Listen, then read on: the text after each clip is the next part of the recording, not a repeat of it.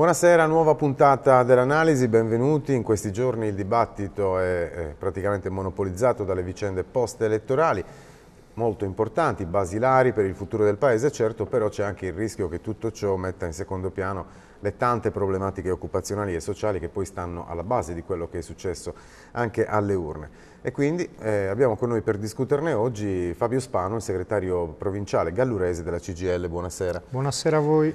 Allora, partiamo da casa nostra. La Gallura non è più una terra felice, i cosiddetti volani si sono fermati o inceppati, primo fra tutti l'edilizia, ma non solo. Un po' tutti i comparti produttivi stanno risentendo della crisi. E prima di tutto le voglio chiedere che cosa dobbiamo aspettarci nei prossimi mesi. Vede qualche segnale di ripresa? Ma purtroppo no, gli indicatori di ripresa nazionali e gli studi fatti anche dalla Regione Sardegna in seno all'economia del 2013 del nostro territorio purtroppo dà dei dati assolutamente allarmanti. Non si vede assolutamente un barlume di ripresa solo in nessun settore. L'unico settore che in questo momento, per quanto riguarda la Gallura, sta andando e sta tirando avanti è quello del settore dell'agroindustria, ma nello specifico di una sola azienda, che è l'Asdomar, che sta continuando ad acquisire effetti di mercato ed assumere gente. Per il resto, a partire dall'edilizia, che è stata per sempre la nostra locomotiva, il traino economico del nostro territorio, sino a finire a tutte le altre piccole attività che c'erano nel nostro territorio, sono in uno stato prefallimentare. Difatti ci sono previsioni drammatiche per il primo semestre 2013 perché si prevede la chiusura di decine e decine di nuove imprese. Le preoccupazioni maggiori dove si concentrano? Ma le preoccupazioni maggiori noi ad Olbia le stiamo riscontrando anche nel settore della grande distribuzione, voglio dire. Abbiamo aziende come il gruppo Leclerc, il gruppo Città Mercato, Auchan, che stanno demonizzando i lavoratori perché dicono che alle porte ci sarà la cassa integrazione, se non addirittura la mobilità. Quindi in un momento di crisi, bene o male, uno può rinunciare ad acquistare un bene di lusso che potrebbe essere una scarpa griffata, ma di solito gli italiani ad un piatto di pasta non rinunciano mai. Nel momento in cui la grande distribuzione entra in crisi,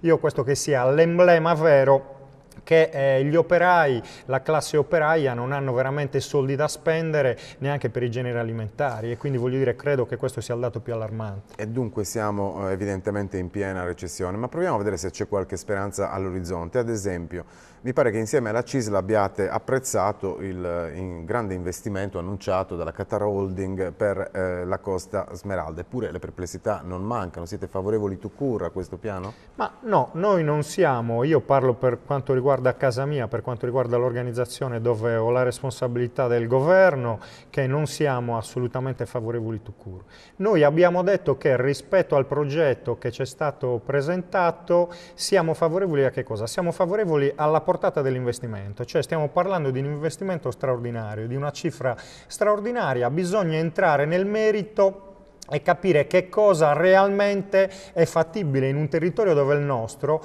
dove la cosa che deve essere appetibile, a mio avviso, non devono essere i 7 anni per la realizzazione del progetto e quindi le ricadute come al solito nel solito mattone, nel solito settore dell'edilizia, ma io vorrei che questo territorio avesse una capacità e una lungimiranza tale che ci metta nelle condizioni di fare calcoli approfonditi e cercare di capire quelle che saranno le ricadute che ci saranno dal momento in cui il progetto verrà messo in opera, ossia verrà portato a termine l'investimento. Ciò non toglie che stiamo parlando di 1 miliardo di euro e vi ricordo che il piano di rinascita della nostra regione, che risale alla fine degli anni 50, era poco più di 700 miliardi di vecchie lire. In questo caso stiamo parlando di 1 miliardo di euro e quindi voglio dire una cifra ben diversa. Ciò non toglie che a mio avviso il bene ambientale deve rimanere fondamentale. Poi non entro del termine del acquaparca sì, acquaparca no, perché ci porterebbe a dilungarci più del dovuto. Però in linea di massima secondo me è un progetto che va visto, che va approfondito e secondo me alcune cose possono essere realizzate, perché a me di avere un ambiente incontaminato in un periodo di crisi come questo che non produce neanche un centesimo di prodotto interno lordo, secondo me sinceramente è stupido. Quindi il bene ambientale è fondamentale, perché voglio dire quello ha una lunghezza e un arco temporale di importanza che è infinita, voglio dire. Però pensare anche a quelle che possono essere le ricadute nel territorio. Molto chiaro. Senta, i segnali comunque cominciano a diventare preoccupanti. Oggi ad esempio tiene banco la notizia di Perugia, dove un imprenditore di 43 anni, al quale sembra fossero stati bloccati dei fondi, si è presentato armato negli uffici della regione e ha ucciso 2 impiegate. Insomma, ci sono dei campanelli d'allarme. È un invito alla classe dirigente italiana a trovare in fretta soluzioni? Ma guardi, io ritengo che la classe dirigente italiana di questi ultimi 20 anni di sicuro ha fallito. Le ultime elezioni politiche di questi giorni credo che appunto siano il termometro della situazione, ossia che ci trasmettano quello che è il livello di saturazione del popolo italiano. C'è stato un voto a mio avviso di protesta, e quindi credo che sia opportuno fare un'analisi approfondita. Ma è solo un voto di protesta quello per Grillo, o è destinato ad avere un seguito e a cambiare radicalmente il sistema politico? Io ritengo che se diciamo, le 2 coalizioni di riferimento che diciamo, hanno governato, sono stati all'opposizione nel Paese in questi ultimi 20 anni, debbano fare delle grosse riflessioni, perché a secondo delle scelte che verranno fatte in queste ultime settimane, io credo che il risultato di Grillo purtroppo sia tendenzialmente destinato a crescere. Dico purtroppo perché? Perché non avendo una storia questo movimento, questo partito di gestione e di governo di un paese, voglio dire, siamo nell'incertezza totale. Certo che le idee che loro propongono sono idee che apparentemente sono molto interessanti, però da lì e metterle in pratica all'interno di un paese Italia io ritengo che sia una cosa più complicata. Ciò non toglie, credo che questo sia l'emblema della democrazia. Avete annunciato insieme a Cisle Will regionali a breve una nuova grande manifestazione popolare in Sardegna per chiedere una cosa in particolare, interventi straordinari per affrontare una crisi che è straordinaria. Però come interlocutore avete una giunta regionale in stato di impasse tra dimissioni, azzeramenti annunciati e poi rinviati, e ora anche un consiglio regionale che non riesce addirittura, e di oggi, a trovare un accordo sulla legge elettorale. Noi stiamo praticamente con una legge elettorale vecchia di fronte a regole nuove, perché i consiglieri saranno meno nella prossima legislatura. E allora che speranze ci sono di avviare riforme così importanti? Non è meglio tornare a votare? Allora, in questi anni con la gestione diciamo Cappellacci abbiamo siglato tutta una serie di accordi, accordi secondo me anche interessanti per il contenuto che c'era all'interno di questi accordi. Il problema è che purtroppo di quegli accordi non è stato attuato neanche uno. Abbiamo avuto in questi anni un'alternanza di assessori che mai in nessun governo regionale c'era stata. Io sono del parere sì che effettivamente sarebbe opportuno andare a votare, ma il problema è andare a votare per far gestire questa regione da chi e a quale condizioni, voglio dire. Io ritengo che il segnale che bene o male è stato dato qua in Sardegna sulla riduzione del numero dei consiglieri sia un dato positivo, perché voglio dire dimostra una voglia, una volontà effettivamente di mettere un freno a quello che è lo sperpero di risorse pubbliche di questo Paese. Io mi auguro che ci sia la volontà effettivamente di gestire i seggi elettorali in maniera seria, ma il problema che mi pongo come sindacalista è che la nuova giunta abbia orecchie adatte per sentire quello che è il pianto che quotidianamente, voglio dire, la classe operaia di questa regione cerca di trasmettere nelle forme più svariate e cosa effettivamente si può fare di concreto da subito per cercare di risolvere i problemi. Un altro segno dei tempi è la spinta dal basso che ha praticamente costretto la Regione a puntare sulla zona franca. È un argomento molto complesso che però, grazie soprattutto alle piattaforme di condivisione sulla rete, ha prodotto una sorta di approfondimento collettivo di questa materia, tanto da influenzare, come dicevamo, il governo regionale ed esercitare pressioni sui politici a vari livelli. È un fenomeno da non sottovalutare. Lei cosa pensa della zona franca e del modo in cui è tornata all'attualità? Ma non abbiamo il tempo per entrare nel merito di quello che è la zona franca come normativa di legge. Io ritengo che anche la questione della zona franca, come la questione del Qatar, sia una cosa attuabile e da mettere in pratica. Quello che io vorrei però che le amministrazioni,